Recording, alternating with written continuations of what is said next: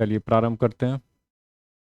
सबसे पहले आपको मैं बता देना चाहता हूं कि ये वीडियो इस पर्पस से बनाई गई है कि अगर आप आंसर राइटिंग या एसे राइटिंग में जीरो से स्टार्ट करना चाहते हैं तो भी ये आपके लिए यूजफुल है।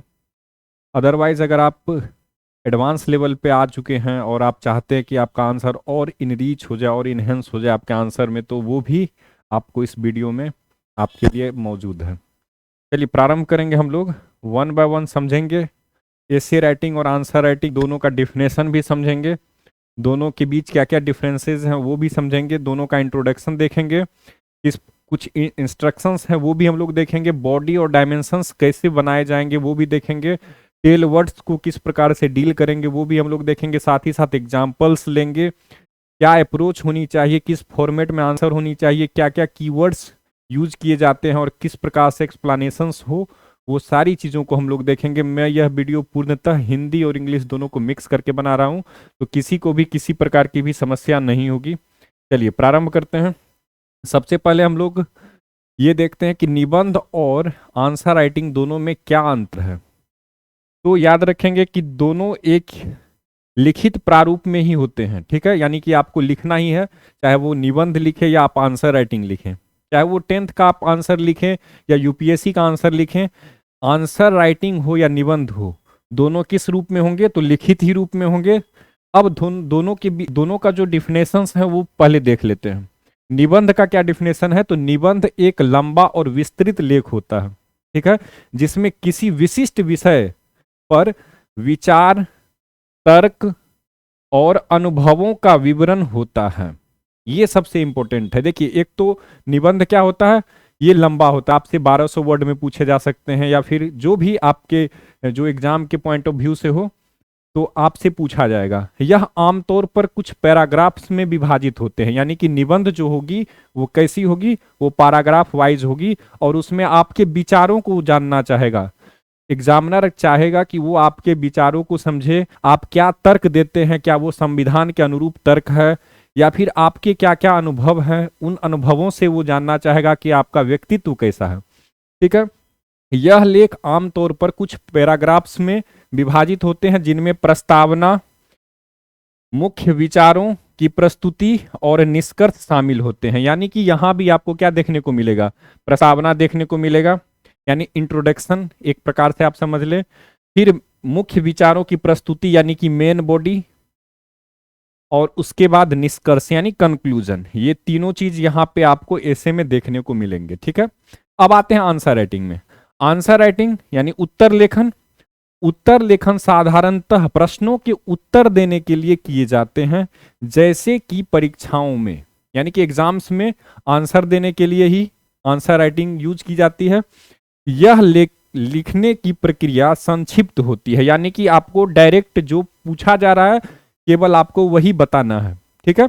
लेकिन यहां पे क्या था, ऐसे में आपसे आपका तर्क, आपका विचार, आप हर चीज उसके बारे में लिख सकते हैं, ठीक है, लेकिन वो पैराग्राफ्स में डिवाइड होनी चाहिए।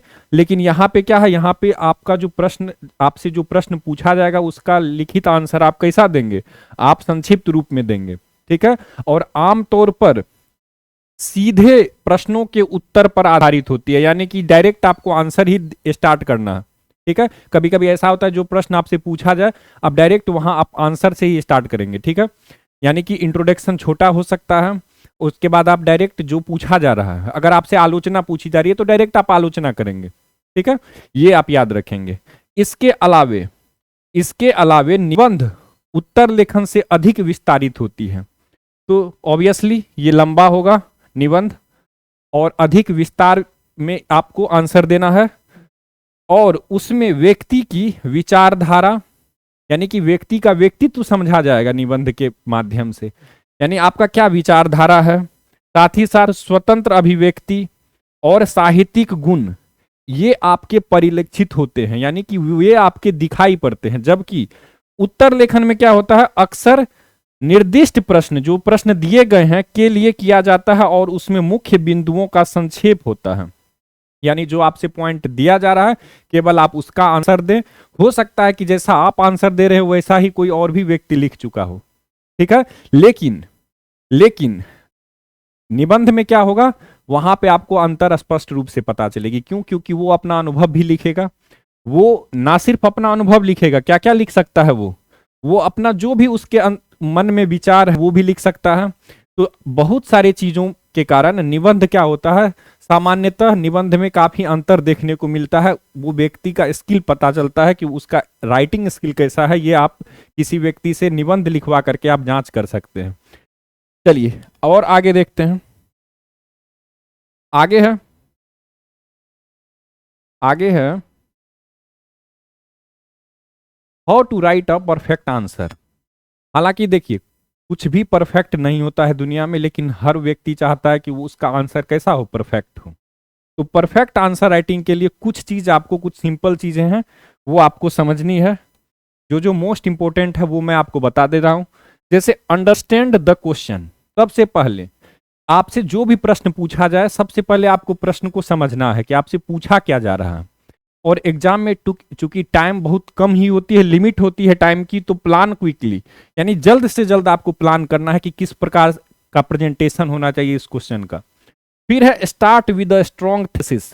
अब आप अगर कुछ भी आप लिखने जा रहे हैं, कोई भी आंसर आप लिखने जा रहे हैं, तो आपका जो फर्स्ट पैराग्राफ होगा या इंट्रोडक्शन और साथ में जो मेन बॉडी वाला जो सेक्शन होगा, वो सेक्शन आपका जबरदस्त होना चाहिए और स्ट्रॉन्ग थेसिस होना चाहिए। यानी कि कहने का सेंस ये है कि आप जो कुछ बताना चाह रहे हैं एग्जामिनर को, आप वहीं पे इंट्रोडक्शन में ही आप काफी कुछ बता दे, ताकि एग्जामिनर को पता लगे कि ये किस प्रकार से अपना आंसर को लिखने जा रहा है।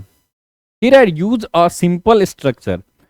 सिंपल स्ट्रक्चर कहने का सेंस ये है कि आप देखिए, जब आप आंसर राइटिंग करते हैं तो आपके पास ऑप्शंस होती है। आप ग्राफ के रूप में, डायग्राम के रूप में, बहुत सारी चीजों के रूप में आप मैप बना करके किसी भी टाइप से आप क्या कर सकते हैं, प्रेजेंट कर सकते हैं। लेकिन आपको वो टाइप चुनना है, चाहे वो किसी भी प्रकार का ग्राफ बना रहे हो, मैप बना रहे हो, तो आपको सिंपल चुनना है, ठीक है, ताकि एग्जामिनर को आराम से ये समझ में आ जाए कि जो आंसर लिखा जा रहा है आगे वो किस प्रकार का है और वो किस डायरेक्शन में ले जाना चाह रहा है हमको, ठीक है। तो उसके बाद है बी कॉन्साइज। फिर है पोर्टराइज क्लियर पॉइंट्स, यानी कि आपको जो आप पॉइंट आप जानते हैं, जिसे आप बोल्ड करना चाहते हैं, कुछ ऐसे पॉइंट्स होते हैं जिसे आप चाहते हैं कि एग्जामिनर का ध्यान जरूर जाए वहां पे, तो उसे आपको क्या करना है, प्रायोरिटाइज, ठीक है, प्रायोरिटी देना है उसको, ठीक है। इसके अलावा मैनेज योर टाइम, आपको टाइम भी मैनेज करना है कि कितने मिनट में मैं आंसर दे सकता हूं इस प्रश्न का। मेरे पास अगर 20 मिनट है एक प्रश्न के लिए, तो कितने मिनट में मैं मेन बॉडी लिखूंगा, कितने मिनट में कंक्लूजन और मेन, और साथ ही साथ इंट्रोडक्शन कैसा होना चाहिए, तो वो आपको खुद ही मैनेज करना होगा। और ये मैनेजमेंट आपका तभी हो सकता है जब आप किसी भी प्रश्न का एक से अधिक बार आप आंसर लिख चुके हों, ठीक है। तो आपको एक मतलब एक ओवरव्यू आपको हो जाता है कि हाँ कितने देर में मैं लिख पाऊंगा। फिर है अवॉइड परफेक्शनिज्म।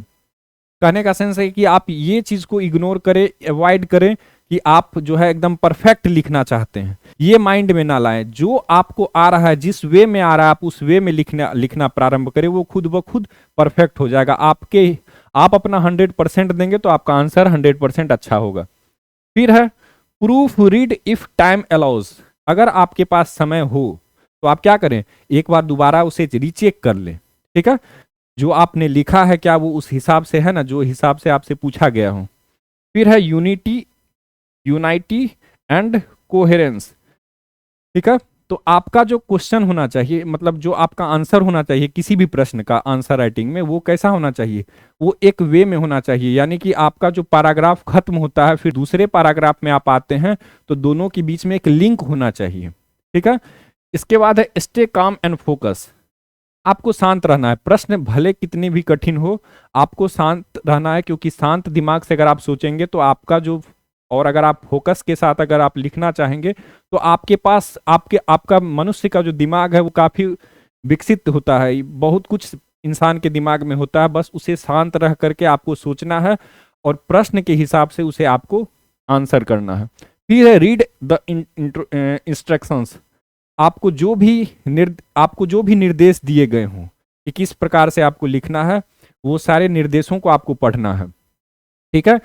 फिर है, क्योंकि ऐसा भी होता है कभी आपको 2 प्रश्न दिए हो, उनमें से एक प्रश्न बनाने हो, आप इंस्ट्रक्शंस ना पढ़ें और दोनों प्रश्न का जवाब दे दें, तो उससे क्या होगा, आपका तो टाइम भी किल होगा और साथ ही साथ आपको कोई नंबर भी नहीं मिलेगा। फिर है फोकस ऑन की पॉइंट्स, जो कीवर्ड है, जो की पॉइंट है आपके प्रश्न में, उसको खास खास करके उसको क्या करना है, आपको फोकस पे रखना है कि जो पूछा जा रहा है आपको केवल वही बताना है, खास करके आंसर राइटिंग में, ठीक है। फिर है use bullet points, list, map, graphs.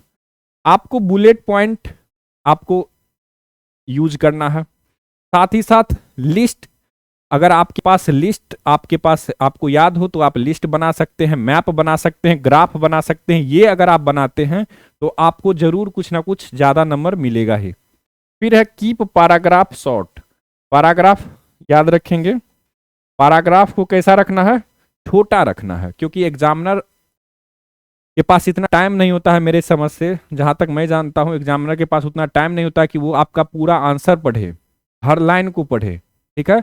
और खास करके स्टेट पीसीएस में तो ऐसा नहीं होता है, मेरे समझ से ये ट्रेंड काफी कम है। तो आपको क्या करना है, छोटा छोटा पैराग्राफ लिखना है ताकि एग्जामिनर को इंटरेस्ट लगे, ठीक है, वो इंटरेस्ट के साथ आपके आंसर्स को पढ़े।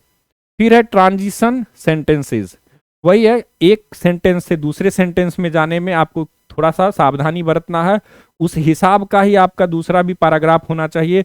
हर सेंटेंस के बीच में आपको ध्यान देना है, कॉमा, फुल स्टॉप, कहाँ पे पैराग्राफ चेंज करना है, ये सारी चीजों को। फिर है समराइज इन द कंक्लूजन, जब आप निष्कर्ष लिखते हैं तो हर चीज को क्या करेंगे, आप ओवरऑल समराइज करेंगे, ये आपको ध्यान में रखना होगा, ठीक है।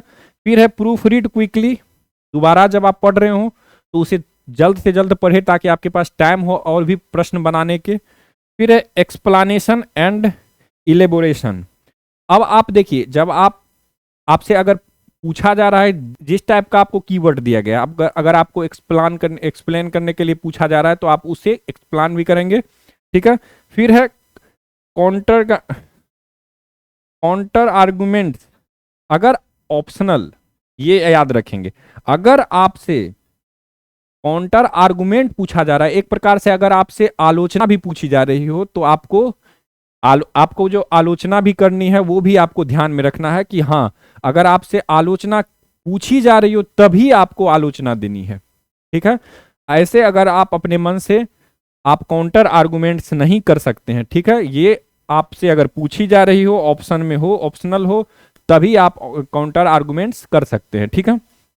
फिर आ जाते हैं आगे, ये सारी चीजों को आपको क्या करना है, बार बार जब आप आंसर राइटिंग स्टार्ट करते हैं तो आपको ये सारी चीजों को एक बार ध्यान से देखना है और उस हिसाब से आपको आंसर लिखना प्रारंभ करना है, ठीक है। चलिए अब आते हैं हम लोग कुछ इस प्रकार से, आप डायग्राम वगैरह बना सकते हैं, ग्राफ वगैरह बना सकते हैं, ठीक है। तो ये सारी चीजों को आप, अनेक प्रकार के ग्राफ्स, डायग्राम्स, आपको ये सीखना होगा, ठीक है। अगर किस प्रकार का होना चाहिए चार्ट, ये आपको सीखना होगा। फिर आते हैं जो मेन बॉडी है, मेन बॉडी में आपसे क्या क्या पूछा जाएगा और आपको मेन बॉडी में क्या क्या आपको लिखना है। अगर प्रश्न इतिहास से हो, हिस्ट्री से हो, तो आपका मेन बॉडी का जो, जैसे आप इंट्रोडक्शन, कोई भी प्रश्न है वो 3 प्रकार से विभाजित होगा। पहले में क्या होगा, पहले में आपका प्रस्तावना होगा, प्रस्तावना सेंस की आप इंट्रोडक्शन दे रहे हो, तो प्रस्तावना आप दे दिए, ठीक है।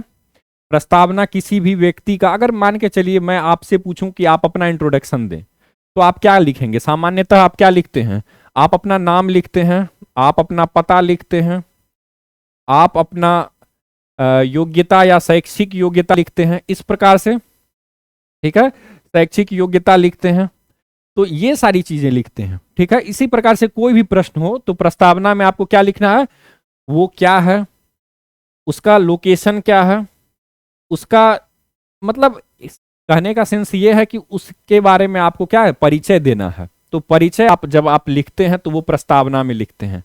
फिर आपसे जो एग्जामिनर डिमांड करता है, वो क्या डिमांड करता है कि आपका जो आंसर हो उसमें मेन बॉडी वाला सेक्शन भी हो। तो मेन बॉडी वाला आपसे अगर सेक्शन में कुछ भी पूछा जा रहा है तो आप मेन बॉडी में आपका जो डायमेंशन है, वो क्या क्या डायमेंशन हो सकता है, तो मैं आपके पास बहुत सारा डायमेंशन लेके आया हूं।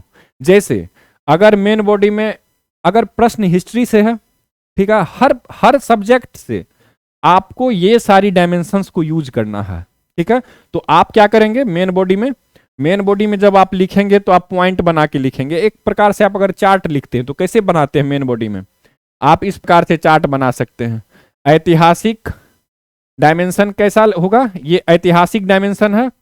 फिर भू राजनीतिक यानी जियोपॉलिटिकल डायमेंशन आप लिख सकते हैं किसी भी प्रश्न में मेन बॉडी में। और क्या क्या लिख सकते हैं, सामाजिक आर्थिक डायमेंशन भी आप उसमें इंक्लूड कर सकते हैं, सांस्कृतिक इंक्लूड कर सकते हैं, पर्यावरणिक इंक्लूड कर सकते हैं, टेक्नोलॉजिकल इंक्लूड कर सकते हैं, नैतिक और धार्मिक इंक्लूड कर सकते हैं, कानूनी और विधिक इंक्लूड कर सकते हैं, मानसिक और भावनात्मक, आप साइकोलॉजिकल एंड इमोशनल दोनों आप यूज कर सकते हैं।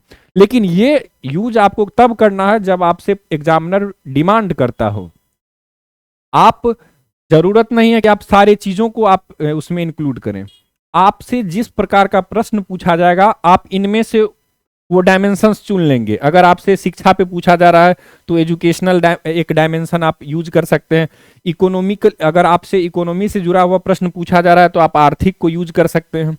पॉलिटिक्स से अगर आपसे कुछ पूछा जा रहा है तो आप पॉलिटिकल यूज कर सकते हैं। लिंग और पहचान, जेंडर एंड आइडेंटिटी, अगर ये आपसे अगर ज्योग्राफी इकोनॉमिक्स से रिलेटेड कोई प्रश्न पूछा जा रहा है तो आप इसे भी यूज कर सकते हैं। तो हेल्थ से जुड़ा हुआ पूछा जा रहा है तो स्वास्थ्य और आरोग्य को भी आप क्या कर सकते हैं, यूज कर सकते हैं। तो ये सारी डायमेंशंस आप यूज कर सकते हैं। इसके अतिरिक्त मैं आपके पास बहुत सारा डायमेंशंस लेके आया हूं, आपको बस पूरा देखना है और साथ ही साथ इन डायमेंशंस को लिखने का प्रयास करना है। अगर आप 2 से 3 बार डायमेंशंस लिख लेते हैं तो देखिए आपका जो हर, याद रखेंगे 50% या 60% क्वेश्चंस ऐसे होते हैं जो रिपीटेड होते हैं, वो क्वेश्चंस रिपीटेड होते हैं। लेकिन 40% क्वेश्चन ऐसे होंगे जो नए प्रकार के होंगे, नए होंगे। अब नए प्रश्नों को आप किस प्रकार से डील करेंगे, जो प्रश्न आप आज तक बनाए नहीं हैं उसे आप किस प्रकार से डील करेंगे। तो आप याद रखेंगे यहीं पर आपकी क्रिएटिविटी चेक की जाती है कि व्यक्ति कितना क्रिएटिव है, इसके पास कितना ये सोच सकता है। ठीक है, तो सोचने के लिए आपके पास पॉइंट होनी चाहिए। अब आगे हम आ जाते हैं और आपको बहुत सारा पॉइंट्स दे देते हैं ताकि आप कोई भी प्रश्न लिखना प्रारंभ करें तो आप क्या कर सकते हैं, उन पॉइंट्स को मेन बॉडी में यूज कर सकते हैं। जैसे फ्यूचर आउटलुक, किसी भी प्रश्न में एक ये भी डायमेंशन हो सकता है। फिर आप इस डायमेंशन को क्या करेंगे, एक्सप्लेन करेंगे। फिर है वैज्ञानिक, कल्पनात्मक और कलात्मक, धार्मिक और आध्यात्मिक, दार्शनिक, सोशल मीडिया और डिजिटल, शहरी और ग्रामीण, जनसांख्यिकी, भाषिक और भाषा, मीडिया और संचार, नवाचार और अनुसंधान, मानवाधिकार और सामाजिक न्याय। ठीक है, मैं हर टॉपिक, हर डायमेंशन को विथ एग्जाम्पल आपके पास लेके आता हूं और अब आपको मैं ये भी बताऊंगा कि किस प्रकार से इसका एग्जाम्पल को आप विथ डायमेंशन आप यूज करेंगे। ठीक है, लेकिन सबसे पहले हम लोग डायमेंशन देख लेते हैं, फिर हर डायमेंशन को विथ एग्जाम्पल भी देखेंगे ताकि हमें और स्पष्ट हो जाए कि अगर शांति और संघर्ष लिखे हैं डायमेंशन में तो इसके अंदर क्या लिखना है। ठीक है, इसके अंदर भी हमें पैराग्राफ में कुछ ना कुछ तो लिखना है, 2 3 4 पैराग्राफ लिखना ही पड़ेगा। तो कॉन्फ्लिक्ट एंड पीस में हम लोग क्या लिखेंगे वो विथ एग्जाम्पल आगे मैं बताऊंगा। लेकिन आपको ये याद रखना है कहीं कहीं पे क्या होगा, अब जैसे एग्जाम्पल के तौर पे अगर आपसे प्रश्न पूछा जाता है पर्यावरण से जुड़ा हुआ, मानव को क्या चाहिए, मानव को विकास चाहिए, मानव को डेवलपमेंट चाहिए, लेकिन डेवलपमेंट के नाम पे हम लोग क्या करते हैं, वनों की कटाई करते हैं, फॉरेस्ट कम होती जा रही है। तो मनुष्य का और पर्यावरण के बीच में क्या हो रही है, संघर्ष हो रही है, कॉन्फ्लिक्ट हो रही है। तो वहां पे किस प्रकार से शांति स्थापित की जा सकती है, तो हम सतत विकास के माध्यम से, सस्टेनेबल डेवलपमेंट के माध्यम से कर सकते हैं। और भी बहुत सारी चीजें हैं, तो ये आप एक पॉइंट आप इस प्रकार से बना सकते हैं। फिर पीढ़ी जनरेशनल, ऊर्जा और स्थायित्व, उपभोक्ता व्यवहार, प्रवास और प्रवास, माइग्रेशन, इमिग्रेशन। देखिए एक माइग्रेशन है और एक इमिग्रेशन है। माइग्रेशन मतलब क्या होता है, आप कहीं जा रहे हैं तो वो माइग्रेट कर रहे हैं। एक होता है इमिग्रेशन, कहीं से आप आ रहे हैं तो क्या हो रहा है, इमिग्रेशन। तो इस प्रकार से याद रखेंगे। फिर स्थानीय और वैश्विक, बुनियादी ढांचा और शहरीकरण, प्रौद्योगिकी विघटन, खाद्य और कृषि, जलवायु परिवर्तन, सांस्कृतिक आदान प्रदान और मिश्रण, अंतर्राष्ट्रीय संबंध, आर्थिक असमानता। ये सारी डायमेंशंस हैं। ठीक है, फिर आगे आते हैं हम लोग। हर डायमेंशन को हम लोग क्या करेंगे आगे, हर डायमेंशन को आगे हम लोग विथ एग्जांपल भी देखेंगे कि कौन सा डायमेंशन में क्या फिट हो सकता है। और वहां आपको वो 40% प्रश्न जो नए पूछे जाएंगे, जहां पे एग्जामिनर आपकी क्रिएटिविटी चेक करेगी, तो वहां पर आपको इन सारे पॉइंट्स को दिमाग में बहुत जल्दी इन सारे पॉइंट्स को ध्यान में लाने हैं और उस अनुरूप आंसर भी लिखना है। ठीक है, फिर आगे है वर्चुअल और आगमित वास्तविकता, वर्चुअल एंड ऑगमेंटेड रियलिटी। ठीक है, फिर है बढ़ती आयु जनसंख्या, गोपनीयता और निगरानी, साइबर सुरक्षा, अंतरिक्ष अन्वेषण, स्वास्थ्य सिस्टम, डिजिटल अंतर, फैशन और प्रवृत्तियां, समुदाय और सामाजिक नेटवर्क, प्राकृतिक संसाधन, मानव दयालुता। इन सारे डायमेंशंस को हम लोग विथ एग्जांपल भी आगे देखेंगे। चलिए अब आते हैं कुछ चीजों पे। अगर आपसे सारे डायमेंशंस को हम लोग देखने जा रहे हैं, लेकिन कुछ चीज आपको याद रखने हैं, जैसे प्रश्न अगर आपसे प्रश्न में पूछा जा रहा हो एक्सप्लेन करने के लिए, तो एक्सप्लेन जब आपसे पूछा जा रहा हो तो आपको क्या लिखना है।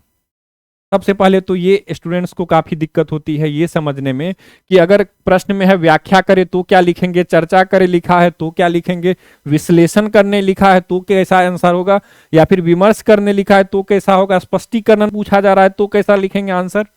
तो अब ध्यान से देखें, अगर आपको कहा जा रहा हो एक्सप्लेन करने यानी एक्सप्लेन करने, तो आप क्या करेंगे, दिए गए मुद्दे या सवाल की विस्तार पूर्ण व्याख्या करना है। आपको विस्तार पूर्वक आपको व्याख्या करनी है। पहली बात तो ये, उदाहरण के लिए भारतीय संविधान के निर्माण काल में विभिन्न समूहों के मतभेदों की व्याख्या करें। तो आपको इसका आंसर कैसा लिखना है, विस्तार पूर्वक लिखना है। जब भारत के संविधान का निर्माण हो रहा था उस समय में अलग अलग समूहों के द्वारा, जैसे संविधान सभा में प्रत्येक वर्ग का प्रतिनिधित्व था, तो उनके मध्य क्या क्या मतभेद थी।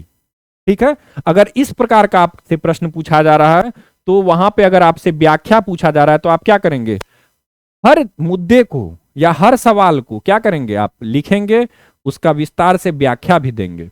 ठीक है, तो एक तो ये है। फिर है चर्चा करने को। अगर आपसे पूछा जाए कि चर्चा करें तो क्या करेंगे, दिए गए विषय पर विस्तारपूर्ण चर्चा करें। ठीक है, और पक्ष और विपक्ष दोनों को समझाया जा सके, ये बात आप याद रखेंगे। आपको यहां चर्चा भी करनी है, पक्ष भी देना है आपको और विपक्ष भी देना है आपको, दोनों चीजें आपको देनी है। ठीक है, एग्जाम्पल के लिए विज्ञान और धर्म के बीच विचारधारा के प्रति आपके दृष्टिकोण की चर्चा करें। तो अगर आपसे साइंस और रिलीजन दोनों के विचारधारा के प्रति अगर आपसे दृष्टिकोण आपका पूछा जा रहा हो तो वहां पे आप क्या करेंगे, वहां पे आप अपना पक्ष भी लिखेंगे और विपक्ष भी लिखेंगे। कहने का सेंस ये है, पॉजिटिव और निगेटिव दोनों चीजों को आपको लिखना है, तो एग्जामिनर को पता लगेगा कि हाँ ये सही से चर्चा किया है इस प्रश्न में, कि हाँ कहां तक ये उचित है और कहां तक ये अनुचित है। ठीक है, फिर आपसे पूछा जाएगा विश्लेषण करें यानी एनालाइज करें।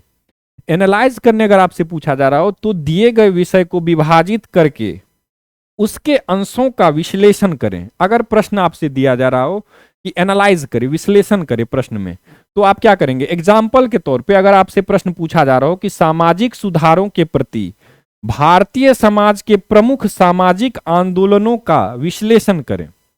जो भी प्रमुख आंदोलन हुए हैं भारत में सामाजिक सुधारों के प्रति, अब आपको पता होगा कि सामाजिक सुधार भारत में कब से प्रारंभ हुआ है, तो राजा राम मोहन राय से।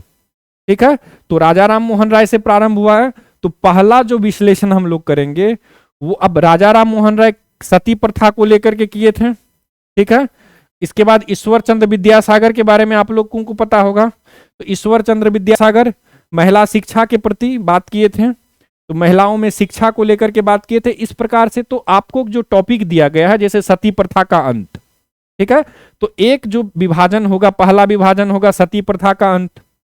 ठीक है, तो ये मानवाधिकार है, महिलाओं का मानवाधिकार है कि उसे जीवित रहने का अधिकार होनी चाहिए। तो ये सती प्रथा का अंत एक तो ये है। दूसरा, शिक्षा का अधिकार होनी चाहिए। तो ईश्वर चंद्र विद्यासागर इसके लिए आंदोलन किए थे। तो यही आपसे पूछा जा रहा है कि जो भारत में जो सामाजिक सुधारें हुई है, तो भारतीय समाज के प्रमुख सामाजिक आंदोलनों का विश्लेषण करें। ठीक है, तो जैसे सती प्रथा का अंत एक आंदोलन था, महिला शिक्षा को लेकर के आंदोलन हुआ है। ठीक है, तो इस प्रकार से और भी आप जो जो सुधार आपको समझ में आते हो, उन सारी सुधारों को आप क्या करें, विभाजित करके लिखें। ठीक है, यानी कि आप ऐसा नहीं कर सकते कि एक ही पैराग्राफ में आप राजाराम मोहन राय को भी ले आए और विवेकानंद को भी ले आए। ठीक है, तो ऐसा नहीं होना चाहिए। फिर आगे है विमर्श करें। अगर आपसे पूछता है क्रिटिकली एग्जामिन, अब आपको क्रिटिकली एग्जामिन करना है, तो वहां पर आपको क्या देखना है, वहां पर आप विषय के गुण और दोष दोनों को गहराई से विमर्श करें। क्या गुण है और क्या अवगुण है उस सब्जेक्ट, पार्टिकुलर सब्जेक्ट जो आपको दिया गया है, उसका क्या गुण है, क्या दोष है, उन दोनों को आप क्या करेंगे, गहराई से विमर्श करेंगे और उसके प्रभाव को समझाएंगे। ठीक है, यह भी आपको याद रखना, इफेक्ट बताएंगे आप। उदाहरण के लिए अगर आपसे पूछा गया कि विज्ञान और प्रौद्योगिकी, साइंस एंड टेक्नोलॉजी के विकास में बढ़ते अनौपचारिक शिक्षण के प्रति आपके विचारों का विमर्श करें। ठीक है, अब आपसे पूछा जा रहा है कि साइंस एंड टेक्नोलॉजी के विकास में बढ़ते अनौपचारिक शिक्षण। एक है औपचारिक शिक्षण, आप कहीं से औपचारिक रूप से गए, आप किसी क्लास में एडमिशन लिए, सर्टिफिकेट लिए, फिर आप आए, फिर समझें। और कोई व्यक्ति है जो मोबाइल चलाता चलाता सीख गया, कोई व्यक्ति है जो कंप्यूटर चलाते चलाते सीख गया, उसे कोई डिग्री नहीं लेना पड़ा, कहीं क्लास नहीं करना पड़ा। तो अब आपसे पूछा जा रहा है कि जो अनौपचारिक शिक्षण के प्रति आपके विचारों को विमर्श आपसे पूछा जा रहा है साइंस एंड टेक की विकास में, तो ये आपसे पूछा जा रहा है। तो इस प्रकार के प्रश्नों में आप क्या करेंगे, गुण भी बताएंगे, अवगुण भी बताएंगे। ठीक है, और फिर आप उसका गुण का क्या प्रभाव है, अवगुण से क्या प्रभाव होता है, ये सारी चीजों को आपको बताना होगा। फिर है स्पष्टीकरण करें, यानी कि एलेबोरेट करना है आपको अगर किसी प्रश्न को, तो उसमें आप क्या करेंगे, तो उसमें आप विषयों को विस्तारपूर्ण रूप से स्पष्टीकरण करें और विस्तार से व्याख्या करें।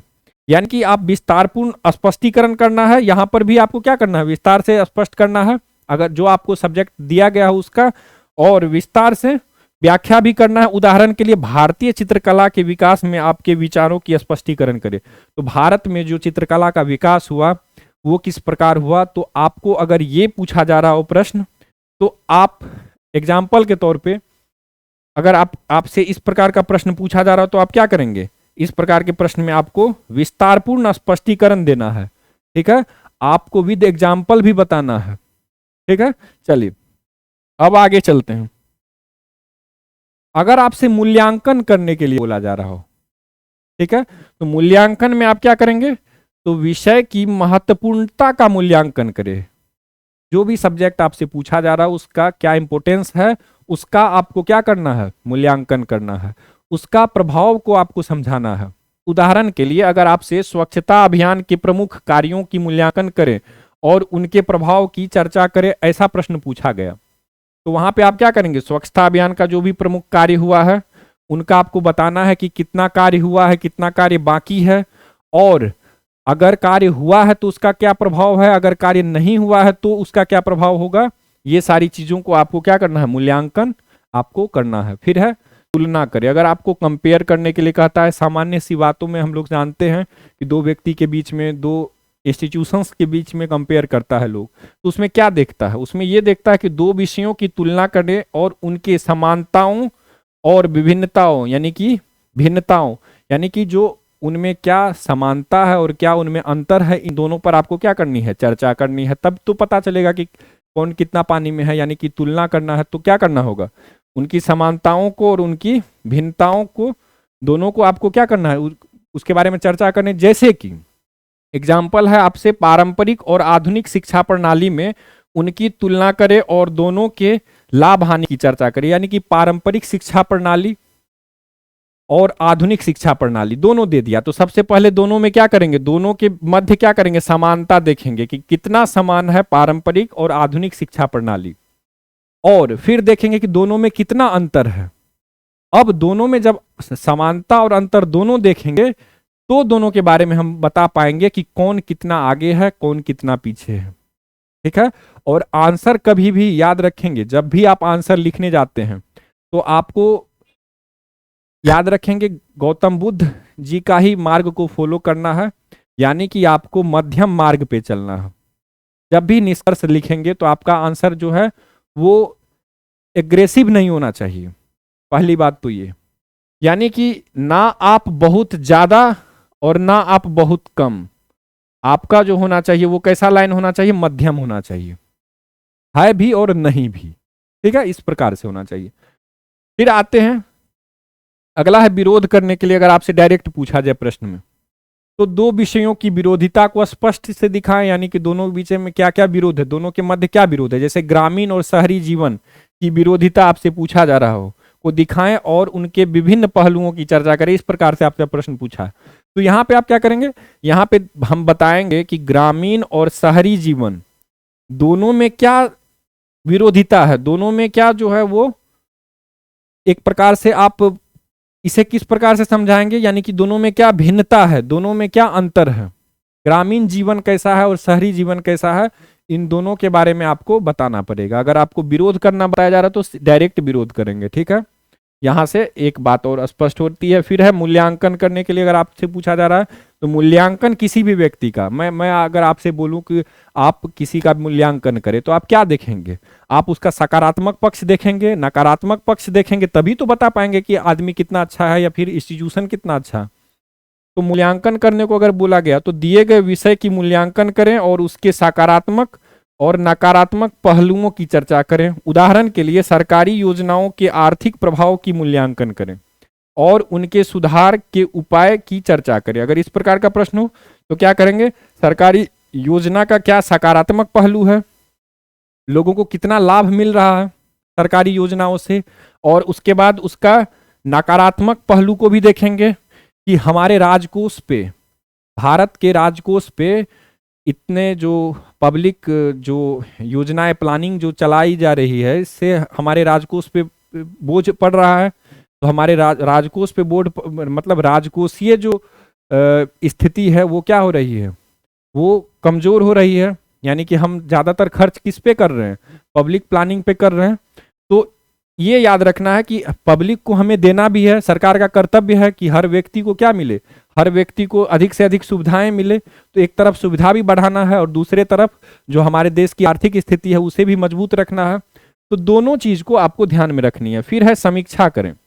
समीक्षा यानी कि एग्जामिन द इम्प्लीकेशंस। अगर आपसे समीक्षा करने को पूछा जा रहा हो तो क्या करेंगे, तो दिए गए विषय के प्रभावों की जांच करेंगे। जो भी अगर प्रश्न पूछा जा रहा है, जैसे ग्लोबल वार्मिंग के प्रभावों की जांच करने के लिए आपसे पूछा जा रहा हो कि ग्लोबल वार्मिंग के प्रभावों की जांच करें और उनके वातावरणीय परिणामों की व्याख्या करें। अगर आपसे ये पूछा जा रहा हो कि, तो आप क्या करेंगे, अगर आपसे समीक्षा करने के लिए बोला जा रहा हो तो आप सबसे पहले क्या करेंगे, ग्लोबल वार्मिंग के प्रभावों की जांच करें। तो आपको विषय का जो प्रभाव है, तो ग्लोबल वार्मिंग से क्या क्या प्रभाव हो रहा है, क्या क्या ग्लोबल वार्मिंग का दुष्प्रभाव है, आपको ये बताना है। पहली बात तो ये, और उनके परिणामों की व्याख्या भी करनी है कि ग्लोबल वार्मिंग का क्या प्रभाव है, ग्लोबल वार्मिंग के कारण क्या हो रहा है, धरती का तापमान बढ़ता जा रहा है और बढ़ने से क्या हो रहा है वो भी आपको बताना है। जो परिणाम निकल के आ रहा है गर्मी के कारण, वो क्या हो रहा है, बर्फ पिघल रहे हैं। बर्फ पिघलने से क्या हो रहा है, समुद्र का जलस्तर बढ़ रहा है और उससे क्या हो रहा है, द्वीपीय देशों को खतरा हो रहा है। ठीक है, तो ये सारी चीजों को आपको इसमें इंक्लूड करना है। फिर आते हैं आगे। अब कुछ इस प्रकार से आप डायग्राम वगैरह बनाएंगे जब भी आपको लिखना हो।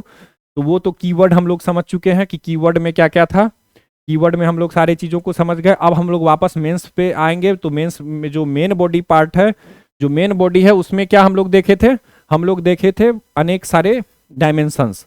तो डायमेंशंस जब भी आपको लिखना हो, मेन बॉडी में जब भी आना हो, तो आप इस प्रकार के ग्राफ्स का आप यूज करेंगे। ठीक है, तो एक डायमेंशन ये है, फिर ये है।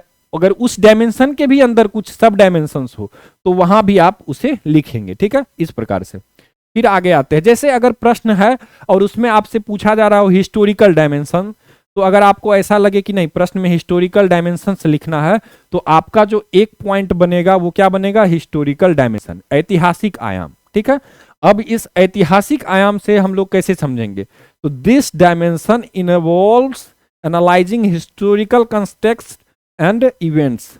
कहने का सेंस ये है कि अगर आप एग्जाम्पल से समझे तो और बेहतर समझेंगे। जैसे एग्जाम्पल में आपसे पूछा जा रहा है कि भारतीय स्वतंत्रता संग्राम में महिलाओं की भूमिका बताएं, तो भारत का स्वतंत्रता संग्राम, ये आपको पता चल गया कि ये किससे रिलेटेड है, हिस्ट्री से रिलेटेड है।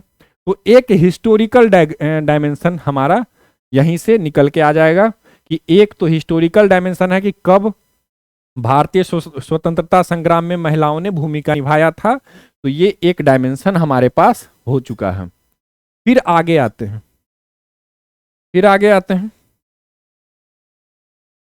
अगला जो डायमेंशन है वो है सोशियो इकोनॉमिक डायमेंशन, सामाजिक आर्थिक आयाम। अगर आपसे प्रश्न पूछा जाए गरीबी उन्मूलन के लिए सशक्तिकरण की आवश्यकता, यानी कि गरीबी उन्मूलन, गरीबी मिटाने के लिए, गरीबी मिटेगी तो ही क्या होगी, सशक्त होगी। सशक्त मतलब शक्ति के साथ, यानी कि सशक्त होगी। कौन सशक्त होगी, महिलाएं। ठीक है, तो महिला हो या पुरुष हो, कोई भी हो, वो उससे शक्ति कैसे मिलेगी, जब वो आर्थिक रूप से समृद्ध होगा, जब उसकी गरीबी मिटेगी। क्योंकि गरीबी के कारण क्या होगा, वो ना तो अपना जितना भी अधिकार हो, चाहे वो राजनीतिक अधिकार हो, सामाजिक अधिकार हो, ठीक है, या फिर आर्थिक अधिकार हो, उनसे वो वंचित हो जाएगा। ठीक है, तो गरीबी अभिशाप है और इसे मिटाने के लिए हम लोग क्या कर सकते हैं, सोशियो इकोनॉमिक डायमेंशन इन प्रश्नों में यूज कर सकते हैं। यानी कि समाज और अर्थव्यवस्था दोनों को क्या करेंगे, हम लोग एक साथ ला करके चेक करेंगे कि इसका सामाजिक स्तर तभी बढ़ेगा जब इसका आर्थिक रूप से ये स्ट्रांग होगा। ये चीज आपको दर्शाने होंगे। ठीक है, फिर एक तो ये भी डायमेंशन है, 2 डायमेंशन हम लोग देख चुके हैं। फिर तीसरा डायमेंशन है राजनीतिक आयाम। अगर प्रश्न है जनसंख्या वृद्धि और राजनीतिक प्रभाव, जनसंख्या वृद्धि होगी उसका राजनीति पे क्या प्रभाव पड़ेगा, तो आपको पता है अनुच्छेद 82, भारत में आपको पता है अनुच्छेद 82 के अनुसार, यानी कि आर्टिकल 82 के अनुसार क्या है, परिसीमन। अब परिसीमन एक तो ये है, यानी कि क्या होगी, जनसंख्या के अनुरूप सीटों का बंटवारा होगा, विधानसभा क्षेत्रों का बंटवारा होगा। तो ये जब हमारे देश में vote one man one vote का सिस्टम है, तो अगर जनसंख्या में वृद्धि होगी तो क्या होगा, यहां पर आपको देखने को क्या मिलेगा, किसी खास वर्ग के नेताओं, किसी खास वर्ग के जनसंख्या में वृद्धि होगी।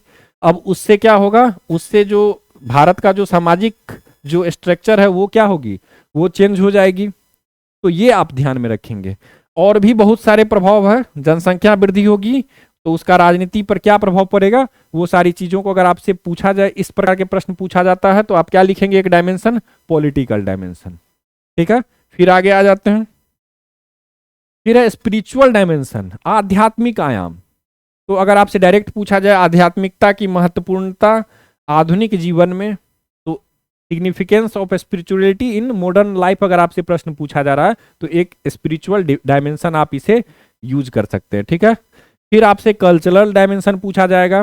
जैसे अगर भारतीय संस्कृति में भाषा और साहित्य का महत्व पूछा जाए, तो वहां पर आपको एक कल्चरल डायमेंशन यूज करना है। कल्चर के अंतर्गत बहुत सारी चीजें आती है, जैसे कल्चर में आपका वेशभूषा भी आ जाता है, आपकी बोली भाषा भी आ जाती है, आपका धर्म, उपासना पद्धति, सारी चीजों को मिला करके एक कल्चर बनता है। ठीक है, तो अगर आपसे पूछा जाए कि भारतीय संस्कृति में भाषा और साहित्य का क्या महत्व है, तो इस प्रकार के प्रश्नों में आप सांस्कृतिक आयाम यूज करेंगे। फिर आगे है लीगल डायमेंशन। कोई भी प्रश्न है संविधान से जुड़ा हुआ, तो आप उस संविधान का जो आधिकारिक आयाम है, कानूनी आयाम है, ये भी आप याद रखेंगे। लीगल में कानूनी आयाम ये क्या है, वो भी आपको याद रखनी है। तो एक कानूनी पक्ष भी आपको देना होगा, जैसे संवैधानिक अधिकार, समानता का महत्व, संवैधानिक अधिकार में समानता का क्या महत्व है? तो समानता आपको पता है अनुच्छेद कौन सा है? अनुच्छेद 14 है। अनुच्छेद 14 बताता है कि समानता, ठीक है। तो समानता का अधिकार यहां से आता है, तो एक कानूनी पक्ष हो गया, लीगल डायमेंशन हो गया हमारे पास। फिर आ जाते हैं आगे, इकोनॉमिक डायमेंशन, आर्थिक, जैसे वैश्वीकरण और आर्थिक परिवर्तन, ग्लोबलाइजेशन होगा। ग्लोबलाइजेशन में क्या होगी? राष्ट्रों के मध्य जो बाउंड्री है, इकोनॉमिक बाउंड्री जो है वो खुलेगी। उदारवाद, उदारवाद के कारण क्या होगा? यहाँ पर हर हर कोई भी व्यक्ति किसी भी देश में व्यापार करने को जा पाएगा, तो आप अपने देश से बाहर भी व्यापार कर पाएंगे आसानी से। वैश्वीकरण में क्या होता है? पूरी दुनिया एक गांव की तरह हो जाएगी। कहने का सेंस ये है कि आपका जो व्यापार करने की जो स्थिति है वो क्या हो जाएगी? और मजबूत हो जाएगी। आप कहीं भी जाके व्यापार कर पाएंगे। तो आपके आर्थिक यानी कि आपका जो इकोनॉमिक कंडीशन है वो भी चेंज हो जाएगा, ठीक है। तो ये आप ध्यान में रखेंगे। फिर आगे है इन्वायरमेंटल डायमेंशन। यहां पर आपसे अगर अस्थायी विकास और जैव विविधता का संरक्षण पूछा जा रहा हो, इन्वायरमेंट से जुड़ा हुआ कोई भी प्रश्न पूछ रहा हो, तो एक डायमेंशन इन्वायरमेंटल डायमेंशन आपसे ये आप आराम से लिख पाएंगे। फिर जेंडर डायमेंशन, अगर आपसे पूछा जा रहा हो महिलाओं की सशक्तिकरण, सामाजिक प्रगति की कुंजी। अगर समाज को प्रगति करना है, समाज को प्रगति करना है तो महिलाओं को सशक्तिकरण करना पड़ेगा, यानी कि महिलाओं का सशक्तिकरण, सौ मतलब साथ, तो शक्ति के साथ महिलाओं को क्या करना होगा? शक्ति का साथ, यानी कि शक्ति के साथ महिलाओं को रखना पड़ेगा। कहने का सेंस ये है कि महिलाओं को शक्ति देना पड़ेगा, इंपावर करना पड़ेगा महिलाओं को, तभी समाज क्या होगी? समाज में प्रगति होगी। समाज की प्रगति की जो की है, जो कुंजी है, वही क्या है? महिलाओं की सशक्तिकरण। तो अगर आपसे ऐसा प्रश्न पूछा जा रहा है तो आपका जो होगा क्या होगा? जेंडर डायमेंशन, लिंग आयाम, ठीक है। फिर अगर आपसे प्रश्न पूछा जा रहा हो कृत्रिम बुद्धिमत्ता विकास में नैतिकता, एक प्रकार से मनुष्य को कैसा बुद्धि मिला है? मनुष्य को नेचुरल बुद्धि मिला है, नेचर ने हमें बुद्धि दिया है, और हमने क्या किया? मशीनों को बुद्धिमान बना दिया। तो जो मशीनों को बुद्धि दिया है वो तो नेचुरली दिया नहीं है, तो वो क्या है? वो आर्टिफिशियल वे में दिया है, आर्टिफिशियल इंटेलिजेंस, ठीक है। यहीं से ये आता है वर्ड आर्टिफिशियल इंटेलिजेंस। अगर हम मशीन को बुद्धि दे देते हैं तो मशीन क्या कर सकता है? कल के समय में नुकसान भी पहुंचा सकता है। तो एक डर ये बना है। तो ये क्या उचित है, क्या नैतिक है कि हम लोग कृत्रिम बुद्धिमत्ता विकास अगर कर रहे हैं तो वो नैतिक है कि नहीं है? इस प्रकार का अगर आपसे प्रश्न पूछा जाता है तो आप टेक्नोलॉजिकल डायमेंशन यूज कर सकते हैं, ठीक है। ये आप याद रखें। फिर है साइकोलॉजिकल डायमेंशन। अगर प्रश्न पूछा जाए मानसिक स्वास्थ्य, जागरूकता और तनाव प्रबंधन से जुड़ा हुआ कोई भी प्रश्न हो, साइकोलॉजिकल डायमेंशन यूज कर लेंगे। फिर है एजुकेशनल डायमेंशन, शिक्षा से संबंधित। अब शिक्षा के बिना समग्र विकास हो ही नहीं सकता है, ठीक है। तो होलिस्टिक डेवलपमेंट के लिए क्या होनी चाहिए? शिक्षा। और शिक्षा में नवाचार से अगर आपसे प्रश्न पूछा जाए कि शिक्षा में नवाचार, इनोवेशन पूछा जाए, तो इस प्रकार के प्रश्न में एजुकेशनल डायमेंशन आप यूज करेंगे। फिर है जियोपॉलिटिकल डायमेंशन, आईआर का प्रश्न हो, इंटरनेशनल रिलेशन का प्रश्न हो, इस प्रकार के जो भी प्रश्न होंगे उसमें आप क्या करेंगे? उसमें आप जियोपॉलिटिकल डायमेंशन यूज करेंगे। और जैसे एग्जाम्पल के तौर पे विश्व राजनीति को आकार देने में शक्तियों की भूमिका, जो जो सुपर पावर्स हैं, जैसे एग्जाम्पल के तौर पे अमेरिका है, चाइना है, भारत है, इस प्रकार के जो सुपर पावर्स है दुनिया के, उनकी क्या भूमिका है जियो पॉलिटिक्स में? अगर ऐसा प्रश्न पूछा जाए तो जियो पॉलिटिकल डायमेंशन यूज करेंगे। फिर है कॉग्निटिव डायमेंशन, मानसिकी आयाम, ठीक है। तो अगर क्रिटिकल थिंकिंग के बारे में पूछा जा रहा हो तो जटिल जानकारी वगैरह के लिए आप क्या करेंगे? महत्वपूर्ण विचार के लिए, जटिल जानकारियां देने के लिए, ये सब के लिए आप क्या कर सकते हैं? कोई व्यक्ति किसी भी चीज को क्या कर सकता है? अपने मन से ही बता पाएगा। तो याद रखेंगे कि मनुष्य की जो समझ है उसको बताने के लिए आप ये मानसिकी आयाम ये यूज करेंगे। फिर है ग्लोबल डायमेंशन, वैश्विक आयाम। यहाँ पर आप वैश्विक स्वास्थ्य संकट, अगर आपसे प्रश्न पूछा जा रहा हो कि वैश्विक स्वास्थ्य संकट से जुड़ा हुआ, कि वैश्विक स्वास्थ्य संकट और सहयोगपूर्ण प्रतिक्रिया, अगर दुनिया भर में स्वास्थ्य संकट, जैसे कोरोना जैसी महामारी आई, कोविड-19 महामारी के समय में क्या हुआ? लोगों ने क्या किया, हर देश ने आपस में क्या किया, हर देश ने अपना बॉर्डर क्लोज कर लिया, और उस समय में भारत ने क्या किया, हर देश को मुफ्त में वैक्सीन वैक्सीन मैत्री पहल के तहत हमने दिया है। तो जो ये इस तरह के जो हम लोगों ने क्या किया है, कार्य किया है, उससे क्या होता है, जो ग्लोबल डायमेंशन हमारा क्या होता है वो मजबूत होता है, यानी ग्लोबली हम लोग क्या होते हैं, एक अच्छे देश के रूप में जाने जाते हैं। ठीक है, तो ये याद रखेंगे कि वैश्विक स्वास्थ्य संकट की स्थिति में हम लोगों को क्या करना चाहिए, सहयोगपूर्ण प्रतिक्रिया देनी चाहिए। ठीक है, ये आप याद रखेंगे। तो हम लोगों ने क्या किया, कोरोना के समय में मुफ्त में टीका बांटा बहुत सारे देशों को, तो हम लोगों ने क्या किया, सहयोगपूर्ण प्रतिक्रिया दिया। ठीक है, आगे है एथिकल डायमेंशन, नैतिक आयाम। एथिकल वही बात है कि जिस प्रकार से अभी हम लोगों ने बात किया था आर्टिफिशियल इंटेलिजेंस वाले टॉपिक पे जो हम लोगों ने बात किया है, सेम यहाँ वही है कि जेनेटिक इंजीनियरिंग की नैतिकता परिप्रेक्ष्य। अब जेनेटिक इंजीनियरिंग में क्या होता है, हम लोग क्या करते हैं, जीन में बदलाव कर देते हैं। अब जीन में बदलाव करने से क्या होगा, हो सकता है कि उससे कुछ अच्छा रिजल्ट देखने को मिले, लेकिन उसका नकारात्मक परिणाम भी हो सकता है। और खास करके कहाँ पे आपको वो नकारात्मक परिणाम दिखेगा, जैव विविधता में। ठीक है, तो जैव विविधता को हम लोग क्या कर सकते हैं, उससे नुकसान पहुंचा सकते हैं। तो वहां पर नैतिक आयाम आपसे पूछा जा रहा है, क्या ये उचित है जेनेटिक इंजीनियरिंग। चलिए, फिर है मीडिया डायमेंशन, मीडिया का पक्ष। बहुत सारे प्रश्न आपको देखने को मिलेंगे। तो अगर डायरेक्ट अगर आपसे पूछे कि मीडिया का जनसमूह की धारणा पर प्रभाव, एक मीडिया एक डेमोक्रेसी के लिए वरदान भी है तो अभिशाप भी है। ठीक है, मीडिया क्या कर सकती है, एक मास पॉपुलेशन को क्या कर सकती है, कंट्रोल कर सकती है। वो सिर्फ वही बताएगी, वही खबर दिखाएगी वो जो चाहेगी। ठीक है, क्यों, क्योंकि हम जो हमारे जो वर्तमान जो समय में मीडिया का क्या हो गया है, प्रभाव बढ़ गया है, चाहे वो सोशल मीडिया हो, चाहे वो टेलीविजन रेडियो आदि कुछ भी हो।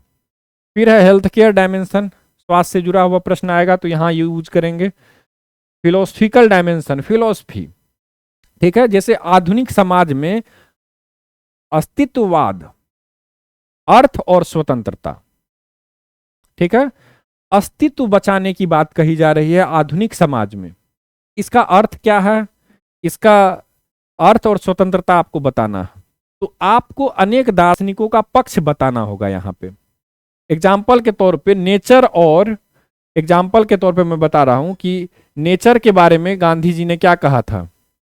नेचर के बारे में गांधी जी ने कहा था कि नेचर जो है वो हमारी जरूरतों को पूरा कर सकती है, जरूरतों को तो पूरा कर सकती है ये नेचर, लेकिन हमारे लालच को पूरा नहीं कर सकती है। ठीक है, तो दुनिया की जरूरत को पूरा कर सकती है नेचर, लेकिन एक व्यक्ति के भी लालच को पूरा नहीं कर सकती है। ठीक है, तो ये आप याद रखेंगे। तो ये जो फिलॉसफी है, ये जो दार्शनिक विचार है गांधी जी के, आप इस प्रकार के प्रश्नों को, अगर आपको नेचर से जुड़ा हुआ प्रश्न आए तो इस प्रकार के आप दार्शनिक विचार आप लिख सकते हैं। और भी बहुत सारे हैं, जैसे रूसो हैं, जो लॉक हैं, तो इस प्रकार के आप जो है दार्शनिकों का पक्ष भी जाने। फिर है टेक्नोलॉजिकल इम्पैक्ट, प्रौद्योगिकी प्रभाव। टेक्नोलॉजी का क्या इफेक्ट, क्या जो है प्रभाव पड़ा, जैसे युवा संस्कृति पर सोशल मीडिया का प्रभाव। जो वर्तमान समय में सोशल मीडिया के कारण युवाओं में कैसा ट्रेंड देखने को मिल रहा है, तो ये चीज आपको, अगर आपको लिखना है तो टेक्नोलॉजिकल इम्पैक्ट आप लिख सकते हैं। फिर है ह्यूमन राइट्स डायमेंशन, मानवाधिकार आयाम। मानव का अधिकार, प्रत्येक व्यक्ति को मनुष्य होने के नाते कुछ अधिकार प्रकृति द्वारा दिए गए हैं, जिसे हम एक राज्य के रूप में जिसका हम हरण नहीं कर सकते हैं। तो ये जो प्रकृति द्वारा जो अधिकार दिया गया है वो मानवाधिकार संरक्षण में आंदोलन की भूमिका। तो कब कब किस किस टाइप के आंदोलन हुए हैं, तो अगर इस तरह के प्रश्न आए तो आप ह्यूमन राइट डायमेंशन यूज करेंगे। फिर है एथनिक एंड कल्चरल डायमेंशन। इस प्रकार के प्रश्न अगर आपसे पूछा जाए कि आदिवासी संस्कृतियों का संरक्षण, आदिवासी संस्कृति का संरक्षण होना चाहिए, क्यों होना चाहिए, क्योंकि उनकी जाति, उनकी संस्कृति क्या है, वो आदिकाल से ही आ रही है, वो काफ़ी नेचुरली उन्होंने इसे एडॉप्ट करके रखा है। तो ये सारी चीज़ों को आप याद रखेंगे, एथनिक एंड कल्चरल डायमेंशन में यूज करेंगे। फिर है सोशल ट्रांसफॉर्मेशन, सामाजिक परिवर्तन।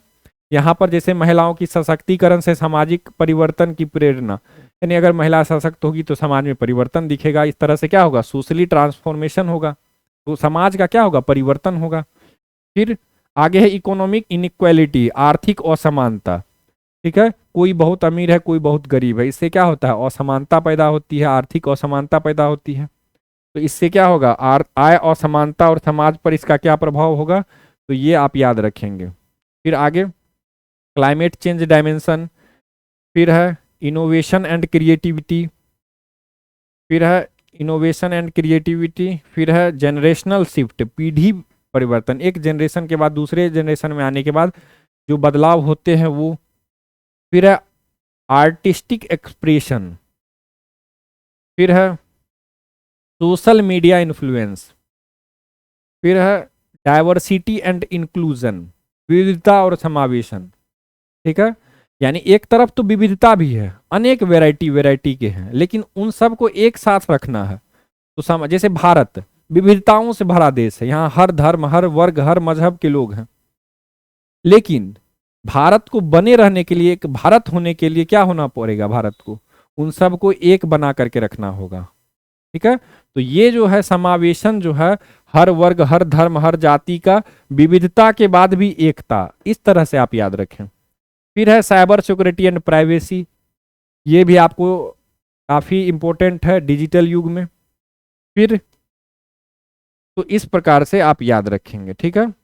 तो हम लोगों ने काफी कुछ देखा है, वही सारी चीजें हैं,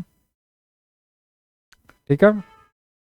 तो और भी बहुत सारी चीजें हैं, जनरेशन एनर्जी एंड सस्टेनेबिलिटी, काफी चीजें हैं, तो ठीक है, आप अगर चाहें तो आप स्क्रीनशॉट लेकर के इसे देख सकते हैं। अदरवाइज आप, मेरा जो मेन जो मोटो था वो था यही कि आपको ये समझ में आ जाए कि आप क्या क्या कर सकते हैं, क्रिएटिविटी आपके अंदर लाना, ठीक है। तो थिंकिंग क्रिएचर वाली जो फीलिंग है वो मेरे अंदर से आ रही थी। चलिए अब आ जाते हैं। अब देखिए कुछ चीज़ आपको ध्यान में रखना है, जैसे अब हम लोगों ने बहुत सारे एग्जाम्पल्स देखे, तो एग्जाम्पल हम लोग एक ही प्रश्न में सारे एग्जाम्पल्स को यूज नहीं करेंगे, अलग अलग टॉपिक पे आप क्या कर सकते हैं, इन्हें अलग अलग आप जो है सो यूज कर सकते हैं, ठीक है। तो चलिए, थैंक यू, धन्यवाद।